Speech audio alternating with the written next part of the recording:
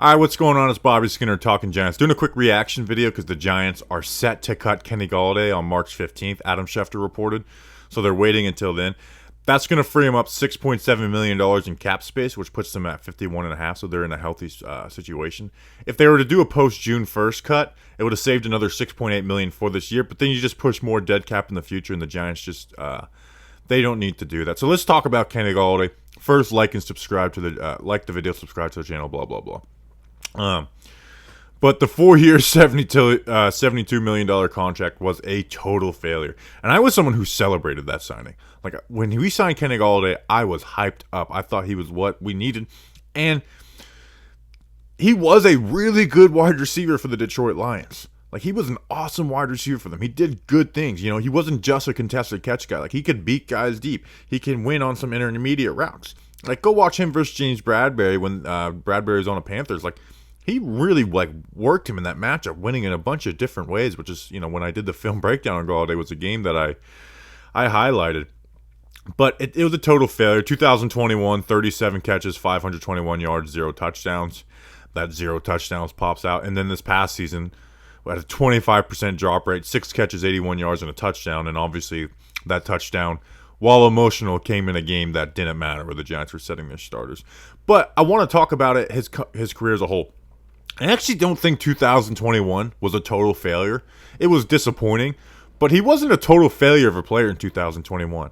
Like, in 7 games that he got to play with Daniel Jones, because obviously Daniel Jones hurt his neck, he had 23 catches, 372 yards, and a 60.5% catch rate. For a full season, that puts him at 56 catches and 903 yards, and he led the Giants in receiving that season. But things just went way sideways when they're playing Mike Glennon and Jake Fromm with this horrible offense. They had fired Jason Garrett. So I thought when you considered everything in there, that Jason Garrett did not use Kenny Golladay to his strengths. You know, they weren't like, they anytime they got like some shaded safety over the top, they just wouldn't put Kenny Golladay as part of the progressions. I actually thought it wasn't horrible. Like, he was the best wide receiver on the Giants for Daniel Jones in that era. I guess you could argue Shep, but like, he wasn't a bad wide receiver. He just wasn't the 4-year, $72 million like hero we got. And then the no touchdown number is huge, but there was not any times where they were really targeting him in the red zone. The only game that they actually did really target him in the red zone was the game they fired Jason Garrett, and the game Daniel Jones hurt his neck versus the Eagles, where they threw him a couple passes in there.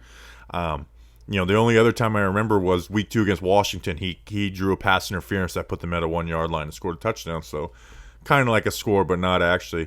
But you could tell he just wasn't a great player. He was a solid player at that time. So coming into this season, I thought he was still going to be a contributor because I was going off of what he did with Daniel Jones. He had some good games in there. Like, he was a solid wide receiver for the Giants. And he came into this year, and he could just not get off the line of scrimmage. We were at all the camp practices, and he was being targeted a lot. He actually had the most catches from DJ in camp because he was the only guy who was consistently out there. But he couldn't get off the line of scrimmage, and then he got a case of the yips. Was dropping the ball in season. Had a 25% catch rate, especially after he came back from that MCL sprain. And again, I thought they were going to, like, I went into the season thinking Kenny Golladay was going to be a solid contributor for the Giants. Not the 4-year, $72 million guy, but a solid contributor where it wouldn't be a guarantee that he'd be cut after the season. But he was just shot. He had that hip surgery in the offseason, and I don't know if that's what it was, whether lack of work ethic, I don't know. But he came into this season and was just a useless player. Like, in a Giants team that needed wide receivers badly, like that was starting David Sills and Marcus Johnson for stretches of time this season, Kenny Golladay deservedly didn't play. You know, the only guy I'd say he deserved to play over was David Sills. But like Marcus Johnson, as bad as he was, at least that speed element added something to the field. Golladay just didn't, and you're not gonna take a guy who's not doing anything and just throw him contested catch targets. Like, that's not how the real world works. To get those targets, you got to go and win in different ways, win on in breakers, which he was able to do in 2021. But I've never seen a wide receiver struggle to get off the line of scrimmage so badly. And his hip was done or what. I will give him credit to not making it toxic, and I think he had some self-awareness because he came back from that MCL sprain. They were going to play him. They played him. And he has 2 drops in that game. One for sure dropped, one was a little questionable, and that was basically the last time he really played, besides 3 or 4 snaps a game. Like using blocking situations, which he was in that Vikings game, one of the best wide receiver blocks I've ever seen, an emotional one. So it's a total failure. Which I mean, I celebrated the signing. I celebrated the signing. We were very hyped up. I mean, most of the 95% of Giants fans were. And this wasn't a deal that media crushed either. Like the only thing that was kind of crushing it is that Dave Gettleman was bidding against himself, or he probably paid more than he had to, where there wasn't a ton of huge suitors out there besides like the Bengals were offering a big money 1-year deal. But it ends up being a failure, and a big failure. Not the biggest free agency bust the Giants have ever had. Nate Solder, I think, takes that crown pretty clearly.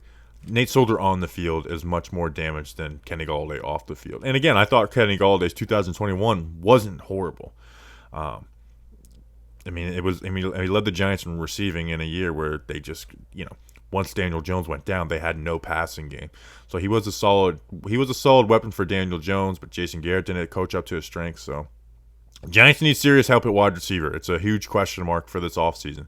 Right now, you only have under contract is Isaiah Hodgins, and then Colin Johnson and Wan'Dale Robinson coming off of ACLs, and then some guys on futures contracts like David Sills and Mekhi Polk. So guys that aren't really going to be contributors. So like and subscribe to the channel, all that good stuff. We'll have some combine stuff out, react to the Joe Shane presser. So appreciate you guys. See you on the next one. Until then, let's go Big Blue.